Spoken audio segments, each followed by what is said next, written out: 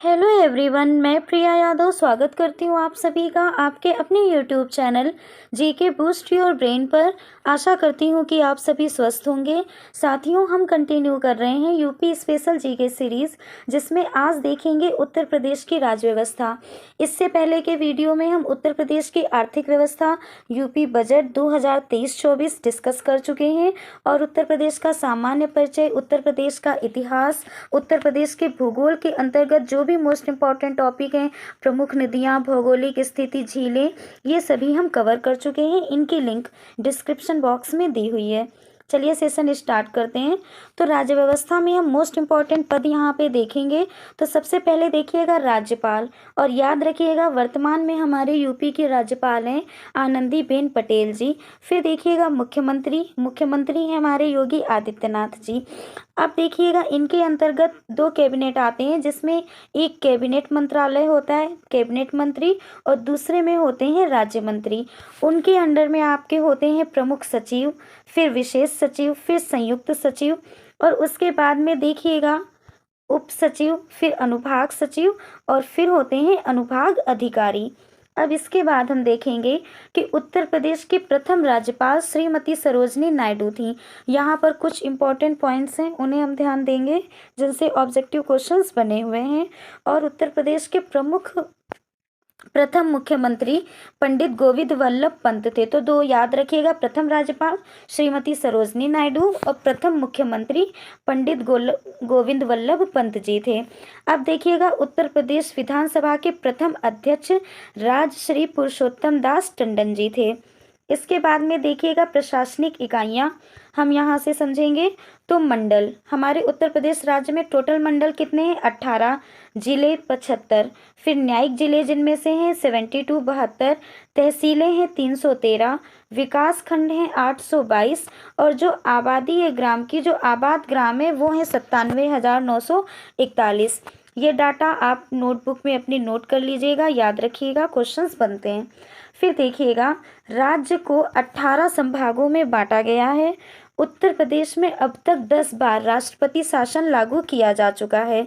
संभाग प्रमुख को आयुक्त कहते हैं। अब याद रखिएगा आयुक्त किसे कहते हैं? संभाग प्रमुख को। आयुक्त के अंतर्गत कई जिलाधिकारी आते हैं। जिले का प्रमुख जिलाधिकारी होता है। आगे चलकर भी हम पूरी प्रशासनिक व्यवस्था समझेंगे कि कौन अधिकारी किसके अंतर्गत आते हैं और किन इकाइयों में हमारा ये प्रशासन विभाजित है। फिर देखिएगा जिलाधिकारी की सहायता के लिए कई अतिरिक्त जिलाधिकारी होते हैं। इसका जो वर्गीकरण है वो इस प्रकार है। तो सबसे ऊपर आपके होते हैं आयुक्त, जिन्हें कमिश्नर बोला जाता है। फिर देखिएगा उनके अंडर में आपके होते हैं डीएम, डिस्ट्रिक्ट मजिस्ट्रेट जिलाधिकारी। फिर उनके बाद में आपके आते हैं अतिरिक्त जिलाधिकारी एडीएम। फिर यहाँ से ये 3 स्तरों पर हमारा विभाजित होता है। फर्स्ट तहसील स्तर पर, सेकंड खंड या ब्लॉक स्तर पर, और थर्ड ग्रामीण स्तर पर। तो अब देखिएगा तहसील स्तर के अंतर्गत जो आपके अधिकारी आते हैं प्रथम, वो होते हैं उप जिलाधिकारी। फिर उनके अंडर में नीचे आपके होते हैं तहसीलदार, फिर उनके अंडर में होते हैं नायाब तहसीलदार, और फिर उनमें लास्ट में आते हैं कानूनगो। खंड स्तर पर आपके होते हैं खंड विकास अधिकारी, बीडीओ जिन्हें बोला जाता है, ब्लॉक डेवलपमेंट ऑफिसर। उसके बाद आपके आते हैं सहायक विकास अधिकारी एडीओ। फिर देखिएगा ग्रामीण स्तर पर जो आपके होते हैं वो होते हैं लेखपाल। अब नेक्स्ट हम देखेंगे पुलिस व्यवस्था और जानेंगे कि पुलिस व्यवस्था में कौन कौन से अधिकारी किस पोस्ट पर किस रैंक के अनुसार हमारे किन इकाइयों में विभाजित हैं।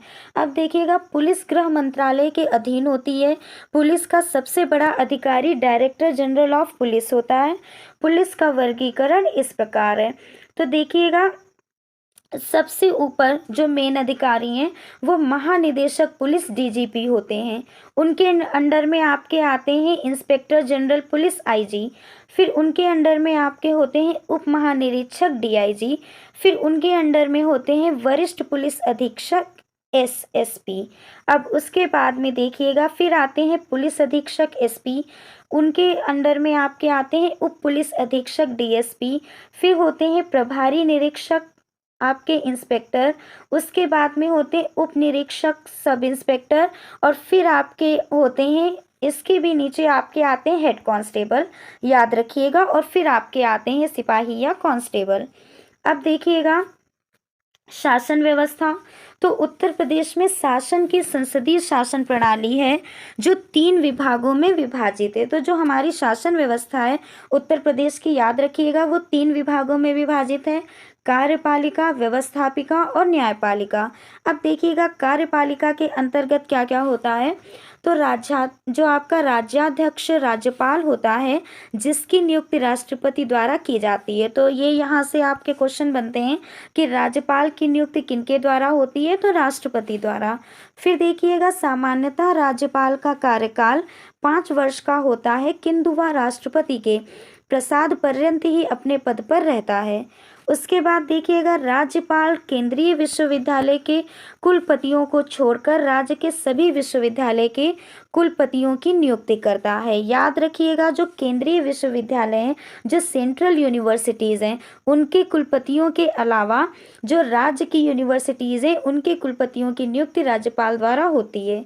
फिर देखिएगा नेक्स्ट पॉइंट हमारा है केंद्रीय विश्वविद्यालयों को छोड़कर वह राज्य के सभी विश्वविद्यालयों का कुलाधिपति होता है। राज्य कार्यपालिका की संपूर्ण शक्ति राज्यपाल में निहित होती है। अब मोस्ट इम्पॉर्टेंट पॉइंट है, या आप यहाँ से याद रखिएगा कार्यपालिका के अंतर्गत। तो कार्यपालिका में आपकी जो संपूर्ण शक्ति है वो किसके अंडर में होती है, तो याद रखिएगा राज्यपाल के अंडर में होती है, राज्यपाल में निहित होती है।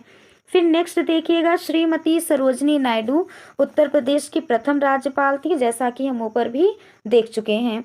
अगला देखिएगा व्यवस्थापिका। इसमें क्या होता है कि उत्तर प्रदेश में 2 सदस्यीय व्यवस्थापिका है, विधानसभा और विधान परिषद। याद रखिएगा विधानसभा लोकप्रिय सदन कहलाता है। इसमें 403 सदस्य निर्वाचित एवं 1 सदस्य एंग्लो इंडियन समुदाय से मनोनीत किए जाते हैं।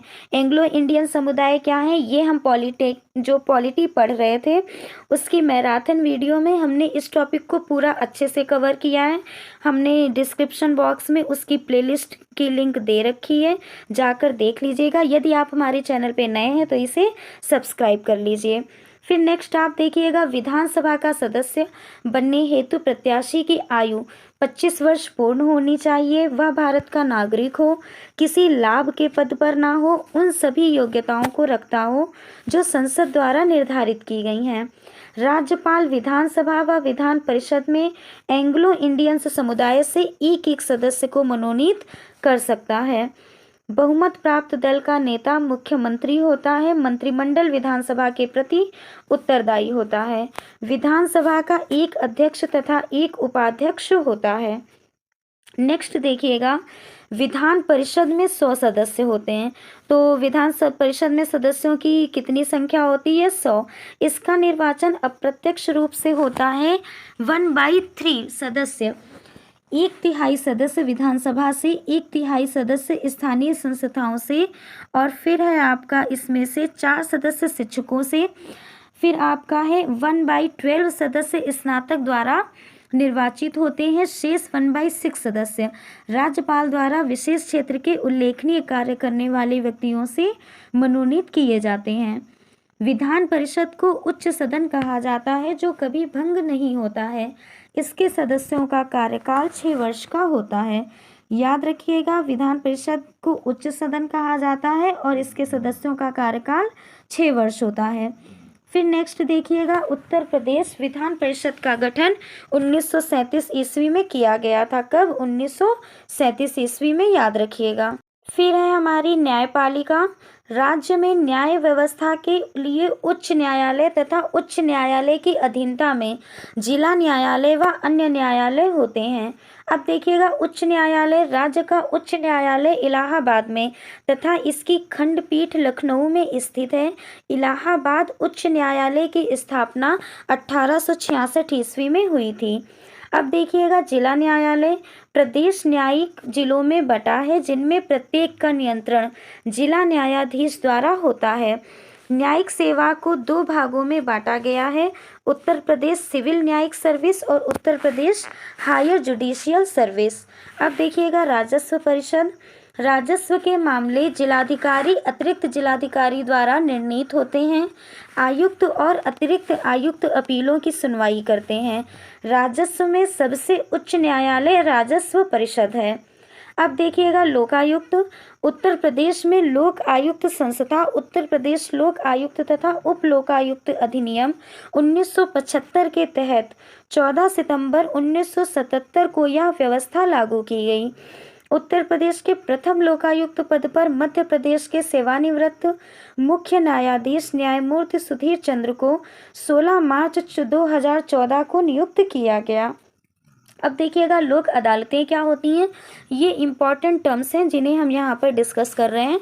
इनके बारे में जानना जरूरी है कि इन अदालतों की उल्लेखनीय विशेषता। कौन लोक अदालतें, इनकी विशेषता यह है कि ये अन्य न्यायालयों की भांति वादकारियों को धन का व्यय नहीं करना पड़ता है। वर्तमान समय में प्रदेश के समस्त जनपदों में 3 स्थायी लोक अदालतों का गठन किया जा चुका है। फिर अगला देखिएगा स्थानीय स्वायत्त शासन।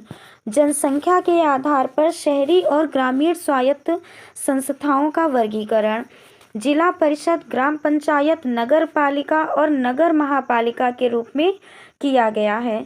फिर नेक्स्ट देखिएगा उत्तर प्रदेश में सन 1954 में पंचायत राज प्रणाली का प्रारंभ हुआ। यह गांव, खंड और जिला स्तर पर स्थानीय स्वायत्त शासन का ढांचा है।